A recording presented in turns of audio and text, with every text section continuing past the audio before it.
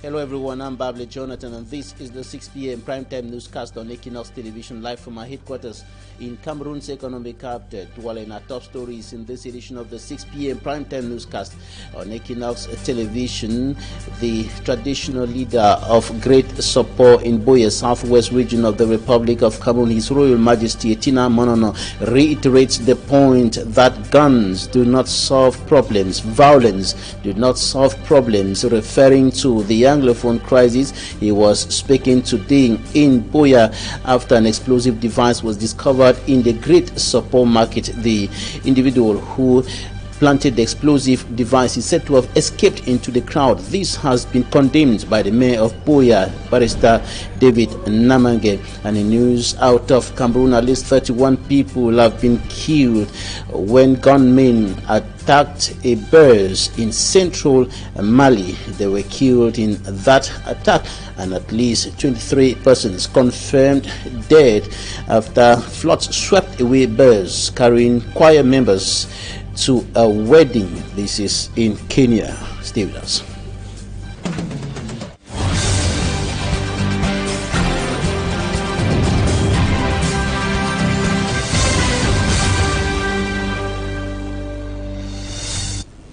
Another explosive device discovered in the southwest regional chieftown Boya in the context of the close to 5-year-long armed conflict or Anglophone crisis going on in the northwest and southwest regions of the country. The explosive device was discovered by traders in the Great Sopo market, and the traditional ruler of Great Sopo has used this opportunity to reiterate the point that violence do not solve any problems.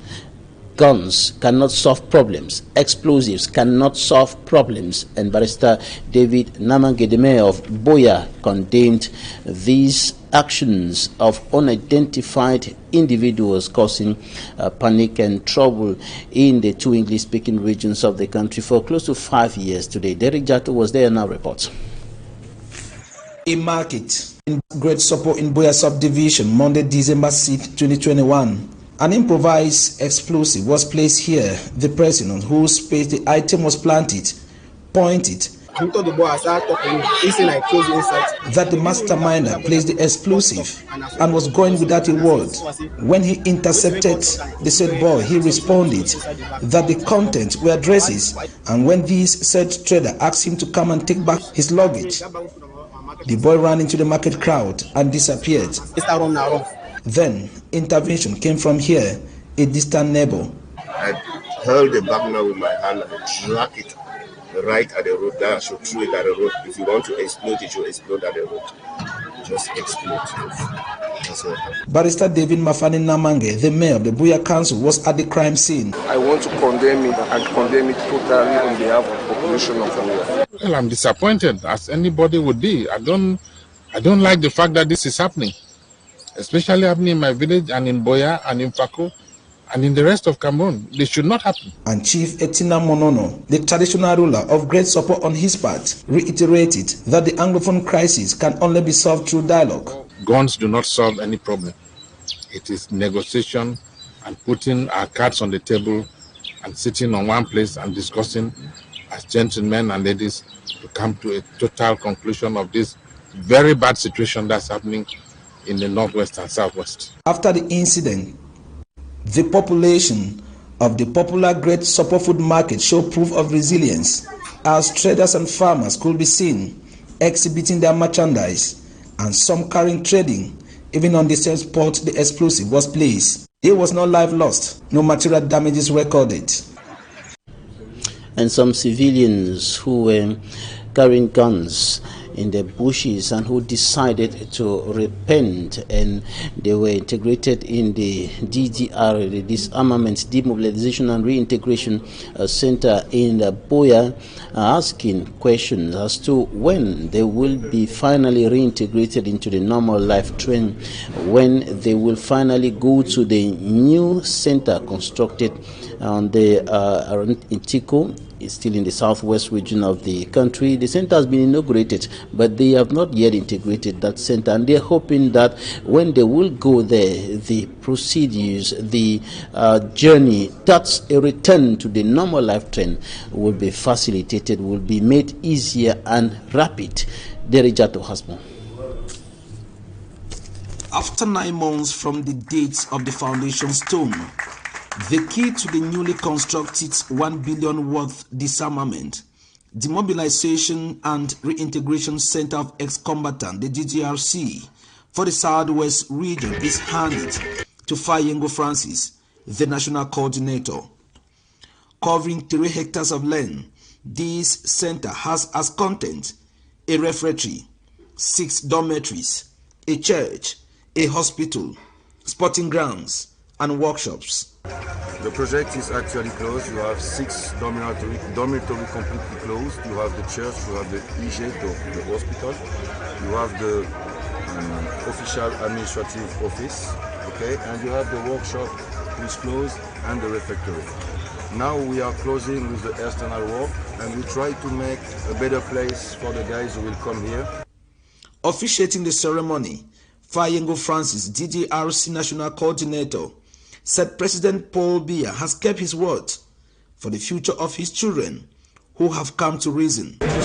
This center is within the investment program that the head of state put in place for the DDR. It's within the investment program. What does that mean? First, the structure. Secondly, the equipment which is on the way. Thirdly, the training, formation, and then of course the settlement, the teaching settlement of the classes. So this is how I situate this center that we situate. Calling on other separatist fighters to drop their arms, come to the DDR centers, and pick from the numerous opportunities now available. We will be able to get into more attractive trades like plumbing, welding, glassworks, building construction, and the rest. That this center will go a long way to meet the expectations of the ex-fighters, who are the principal beneficiaries, and of course fulfill the vision of the head of state in creating the DDR Center. The ex-combatants of the Southwest region, presently at a temporary site in Boya, will be expected to move down to their new and main center here along the Tiko Douala Road, when the center must have been equipped. Security officials in the west region of the Republic of Cameroon have pledged to step up security measures in order to ensure that people or the population in that part of the Republic celebrate end-of-year festivities and watch African matches or matches of the Africa Cup of Nations 2021 in total serenity, and headed by Cameroon's Army General Claude René Meka. The security officials also agreed on taking special security dispositions or measures to ensure the security and safety of the people. Innocent as it has more. With the end-of-year feast and AFCON 2022 drawing near, securing Bafoussam and other towns in the West region preoccupies Cameroon's Army General Claude René Meka, who meets with other security heads in the region, including Division General Ka Valère, commander of the 5th Military Region, and the Division General Equinoxe Divine, commander of the 5th Gendarmerie Region.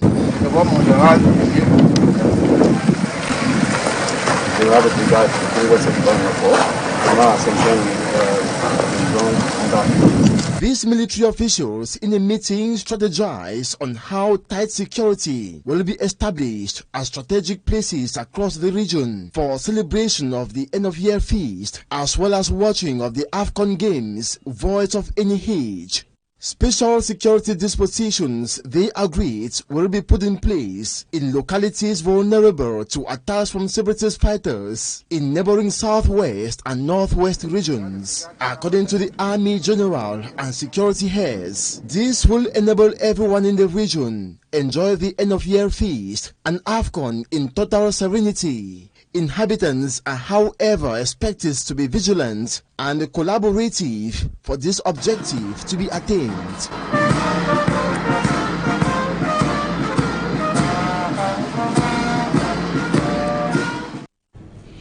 Intercommunal conflicts remain a major problem in the Republic of Cameroon, especially in the far north region of the country, and locals say this problem is favored or is worsened by growing poverty and population pressure. Details from me, Armstrong Sanda.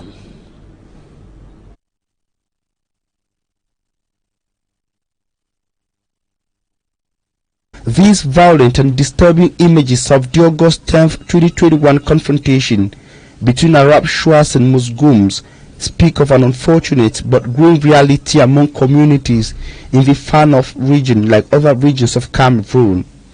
In the far north region, for example, the problem has been activated by growing poverty and an influx of internally displaced persons from areas hit by Boko Haram terrorist activities, according to local traditional rulers. The available resources have become insufficient because of the mass influx, a concern which, according to them, can only be resolved by handling root causes.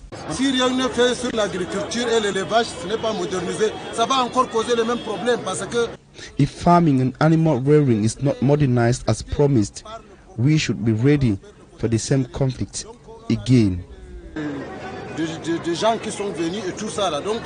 These concerns and views from locals were presented to officials of the United Nations High Commission for Refugees, UNHCR, in Logun Birni of the Far North region during a forum on peaceful cohabitation in the Logun and Shari division organized by the UNHCR and partners.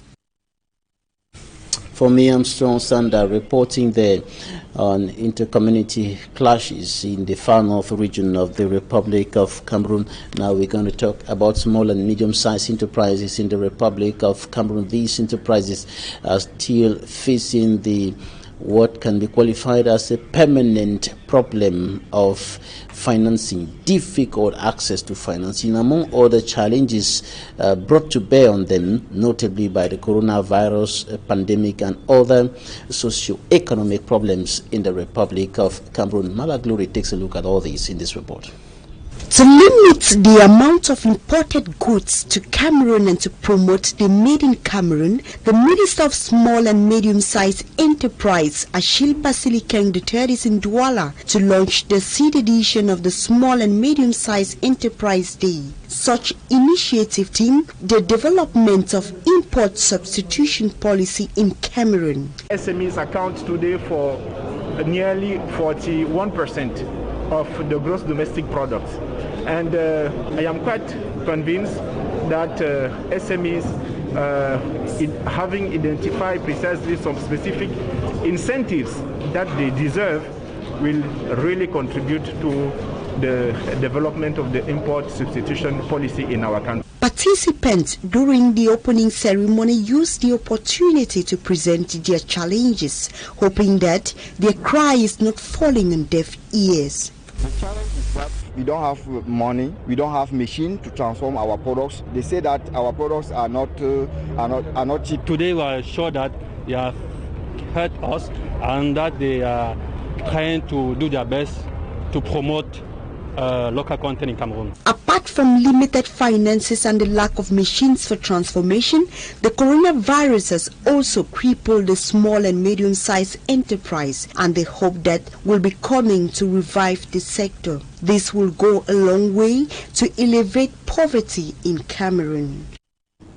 At least 31 persons killed in an attack by armed men on a bus carrying civilians to the market in central Mali. And in Kenya, at least 23 persons are confirmed dead after flood swept away a bus transporting choir members to a wedding. Details with Immaculate Fogwe. Mali's interim government has announced 3 days of national mourning for the death of at least 30 people, with 17 others injured.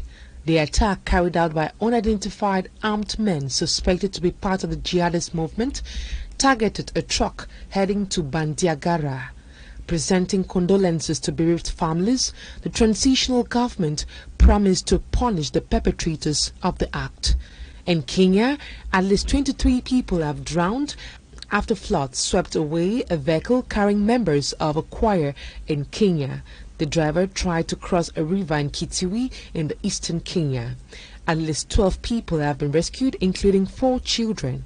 It remains unclear how many passengers were on board the bus. Meantime, Gambia's Electoral Commission has declared Adama Barrow winner of the presidential elections, but opposition candidates have rejected the results, warning that all actions are on table. Barrow's National People's Party claimed nearly 40 out of the 53 constituencies. President Barrow becomes Gambia's current president after ousting Yahya Jammeh. Coming up in our sports space in this edition of the news, Manjikan Gabriel brings to us updates on the race to the presidency of the Cameroon Football Federation. Fekafoot, his report. From the incumbent Seydou Bombonjoya and contender Samuel Eto'o, whose names are mostly heard because of their activities on the field this far, the other presidential hopefuls are simply quiet. At the beginning, the Electoral Commission, headed by Schlick Gilbert, validated the candidacy of 6 persons. As it stands, 1 of the 6 has officially backed out, giving his support to another opponent. According to Justin Tagu, his decision to throw his support on Samuel Eto'o is because he believes Samuel Eto'o will be the best person to control the game in Cameroon. The incumbent president, Seydou Bombonjoya, was in the North region to seek for the support of the different delegates eligible to vote. At the end of the gathering, Bubakari Bello, the president of the Fekafoot Regional Bureau, Far North Region, Saidu Yauba of the North Regional Bureau of Fekafoot, Abo Mohamedou of Adamawa, Zhang Leon Eme of Center, Kwadem Francois of West, and Biga Nja Felix of Northwest openly threw their support for Seydou Bombonjoya in Gadwa on Sunday. Before the meeting with the delegates in the North region this weekend, Samuel Eto'o was already spotted in the North region to do his campaign. Accompanied by his wife Georgette Eto and teammate Rigobert Sombahanak, Samuel Eto'o paid a courtesy visit to Lamido Ibrahim Rashidini, though the other part of his visit was not disclosed. A crisis meeting was shared by the president of Sinafok, Jeremy Soren Jitap, in Douala. The meeting brought together Emmanuel Mabouan Kesak, Jules Denis Onana, who have all played football in the country, for them to have a consensus in backing Samuel Eto'o. It is believed that after Justin Tagu, the likes of Emmanuel Mabouan Kesak and Jules Denis Onana might throw their weight on the candidacy of Samuel Eto'o. Meantime, one of the former Lions, Jules Denis Onana, says that he is still thinking about his decision to support the candidacy of Samuel Eto'o. However, he has not said that he rejects the outcome of that meeting which took place here in Douala. He wasn't part of that meeting, and he simply says that he's thinking about his decision to support or to stand behind the candidacy of Samuel Eto'o for the presidency of the Cameroon Football Federation. Fekafoot Talking Point is up next.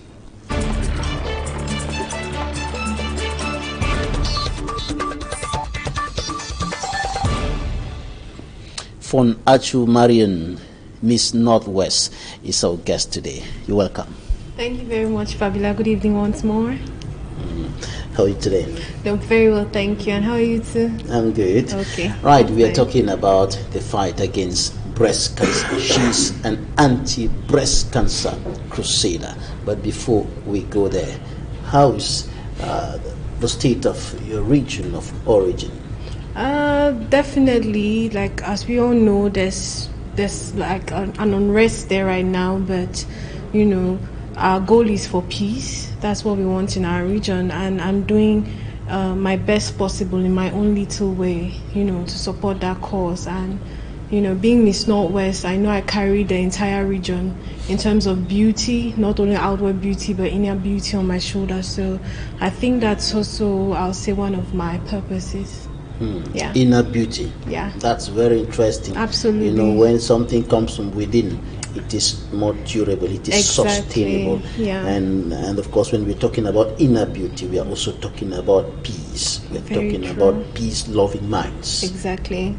How are you going about trying to build peace, trying to bring people to join the train of peace? You're talking to some women, talking to young girls, and so on. Yes, like for the theme of Miss Cameroon this year, although it's kind of different, it's beauty at the service of health. As we all know, and you know, we've been hit with the COVID-19 pandemic, but I decided to take breast cancer. Yes, I'm a breast cancer advocate. In my little way, you know, you could actually turn a whole situation around to actually, you know, guide it towards the path of peace. In what way? Because you know, many women, like breast cancer has been trivialized in Cameroon and Africa.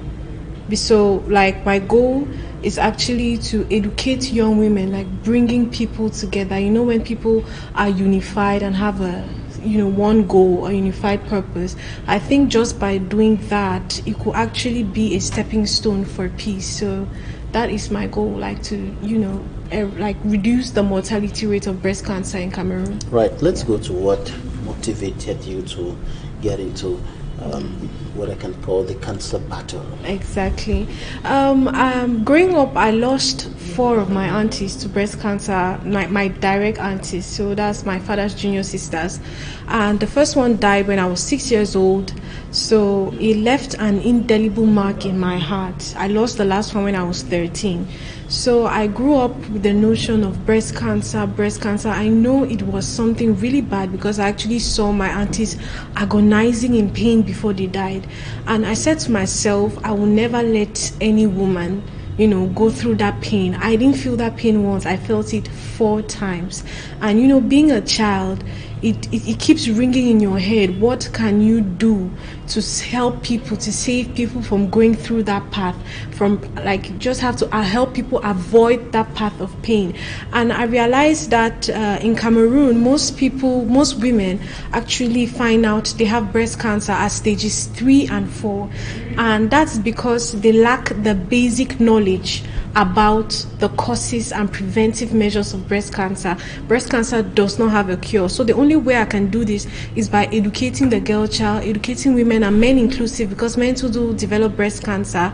So I try my best to organize seminars in partnership with doctors and hospitals, to organize free screenings, to tell women about the dangers of breast cancer, the preventive measures, women who drink a lot, women who don't do sports, women who are obese.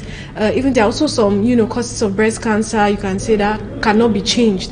For example, a girl who had her period early, before 12, or women that gave birth very late, that's after 30. So I try my best to educate women to prevent them from going through that path, because the only cure to breast cancer is prevention. How has it been going? The message, is it going through? The prevention message? Very well, because, you know, when I started this journey, it was something I really didn't expect people to embrace.